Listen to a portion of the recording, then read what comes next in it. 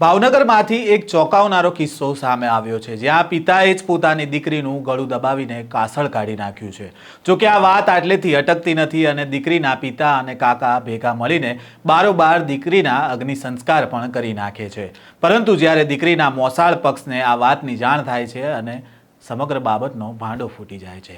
શા માટે સગા બાપે જ દીકરીનું કાસળ કાઢી નાખ્યું, વિગતે વાત કરીએ આ વિડીયોમાં। વૈષ્ણવજન તો તેને કહીએ જે પીડ પરાઈ જાનાને રે। નમસ્કાર, નવજીવન ન્યૂઝમાં આપનું સ્વાગત છે। હું છું જયંત દાફડા। પાલીતાણામાં પ્રેમ સંબંધમાં દીકરીનું ઓનર કિલિંગ કરવામાં આવ્યું છે। 19 વર્ષની દીકરીને તેના પિતાએ જ ગળું દબાવીને હત્યા કરી નાખી, કારણ કે પિતાને શંકા હતી કે દીકરી અન્ય જ્ઞાતિના યુવક સાથે પ્રેમ સંબંધમાં હતી, જેથી સમાજમાં આબરૂ જવાની બીકે પિતા દીપક રાઠોડ અને કાકા ભાવસંગ રાઠોડ દીકરીનું ગળું દબાવીને મારી નાખે છે અને આ વાત કોઈને ખબર નહીં પડે તે માટે થઈને મૃતદેહને સ્મશાનમાં લઈ જઈને સળગાવી દે છે। જો કે આ વાતનો ભાંડો ત્યારે ફૂટ્યો જ્યારે દીકરીના નાનાએ દીપકને ફોન કર્યો હતો। સમગ્ર મામલે પાલીતાણા પોલીસે ગુનો નોંધીને બંને આરોપીને ઝડપી પાડ્યા છે અને સમગ્ર કેસમાં પોલીસે શું ખુલાસો કર્યો છે તે પણ સાંભળો। સર, રાણપડા ગામે હત્યાનો બનાવ સામે આવ્યો છે, પ્રેમ સંબંધની વાત છે, શું કહેશો? ગતરોજ 7 માર્ચ 2025ના રોજ પાલીતાણા તાલુકાનું રાણપડા ગામ છે, જ્યાં હત્યાનો બનાવ બનવા પામેલ હતો। સદરુ બનાવની વિગત જોઈએ તો આ કામે મરણ જનાર જલ્પાબેન દીપકભાઈ રાઠોડ કે જેઓની ઉંમર અંદાજે 19 વર્ષની આસપાસ હતી। જલ્પાબેનને અન્ય કોઈ જ્ઞાતિના વ્યક્તિ સાથે પ્રેમ સંબંધ હતો। સદરુ બાબતની જાણ તેમના પિતા દીપકભાઈ ધીરુભાઈ રાઠોડને થતા દીપકભાઈ ધીરુભાઈ રાઠોડ દ્વારા આ બાબતે ખૂબ જ નારાજગી વ્યક્ત કરવામાં આવી હતી અને આ બાબતે તેમને માઠું લાગ્યું હતું।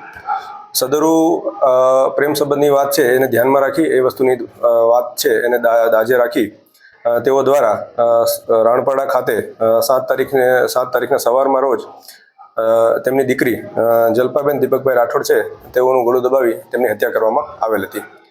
સદરુ બાદ તેઓ દ્વારા તેમના ભાઈ લાલજીભાઈ ધીરુભાઈ રાઠોડ કે જે મરણ જનારના કાકા થાય છે, તેઓ 2 જણા ભેગા મળી અને સદરુ ડેડ બોડી છે તેને રાણપાડાના સ્મશાનમાં લઈ તેની ડેડ બોડીને સળગાવી અને પુરાવાનો નાશ કરેલો હતો। ત્યારબાદ આ કામે જ્યારે મર્ડર થતું હતું એ વખતે નજરે જોનાર સાહેબ અને મરણ જનારની નાની બેન ધ્રુવાંશીબેનને આખો નજારો જોયો હતો।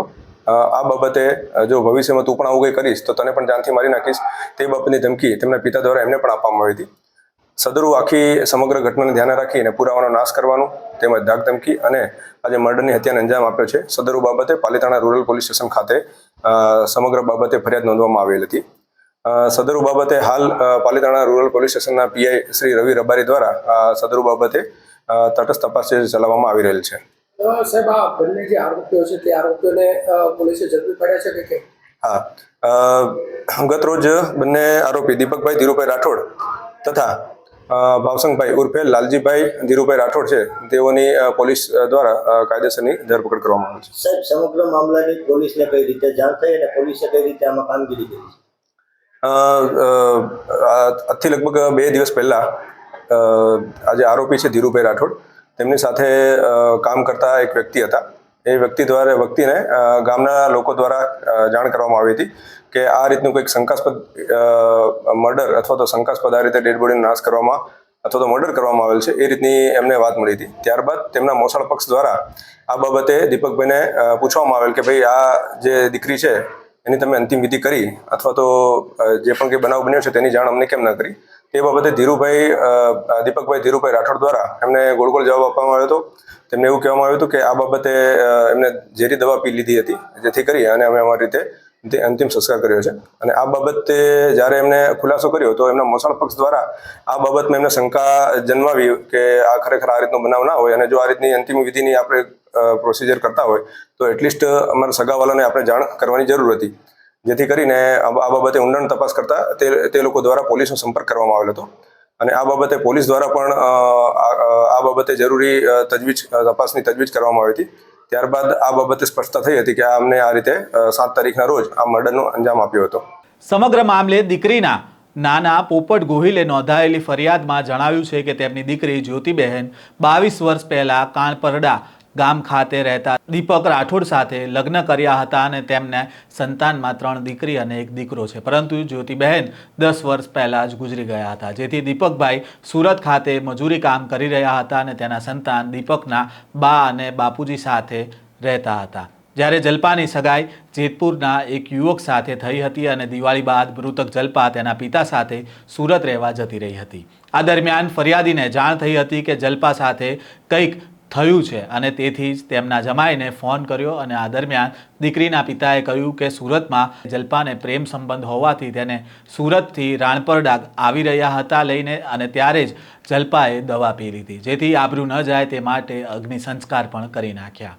જો કે આ વાતની દીકરીના નાનાને જાણ થતાં જ તેમણે આ અંગે તપાસ કરાવી અને જાણવા મળ્યું કે જલ્પા પ્રેમ સંબંધમાં હોવાથી તે યુવક સાથે ભાગી ગઈ હતી, જેથી તેના પિતાએ તેને શોધી કાઢી અને ત્યારબાદ પિતાએ દીકરીને સુરતથી રાણપરડા લઈને આવે છે અને ત્યારે દીકરીના પિતા અને કાકા તેને મારે છે અને ગળું દબાવીને મારી નાખે છે. દીકરીના નાનાને જ્યારે આ હકીકત જાણવા મળે છે ત્યારે પોતાના જ જમાઈ સામે પોલીસ ફરિયાદ નોંધાવે છે. આમ દીકરીએ પ્રેમ કરતા જ પિતા સમાજમાં આબરૂ જશે તેવું માનીને જે દીકરીને આટલા વર્ષોથી લાડ પ્રેમથી મોટી કરી તેનું જ કાસળ કાઢી નાખે છે.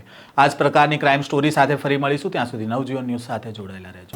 વૈષ્ણવજન તો તેને કહીએ જે